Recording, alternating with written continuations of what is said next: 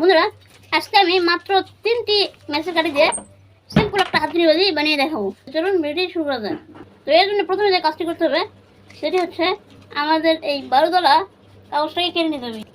কেটে না হয়ে গেলে আমরা এটাকে অর্ধেক করে কেটে নেব। এটাকে একটু ভাঁজ করে নেব মাঝখান বরাবর, এভাবে সুন্দর করে ভাঁজ করে নেব। মাঝখান বরাবর এরকমভাবে ভাঁজ করে নেব। তো এবার আমরা 3টি কাঠি থেকে 12দের মাথাটুকু আঙুলের সাহায্যে ভেঙে নেব। তো এরপর আমাদের দরকার হবে এরকম এক টুকরো কাগজ। এখন আমরা এই 12 তলা কাগজকে এই কাগজের উপর রেখে দেবো। তারপরে উপরে 3টি ম্যাচের কাঠি দিয়ে দেবো।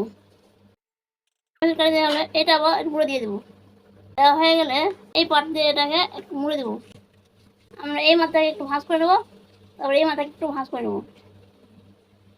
ওকে, আমাদের কমপ্লিট। এখন আমাদের দরকার হবে এরকম টেপ। তো আমরা টেপের সাহায্যে এটা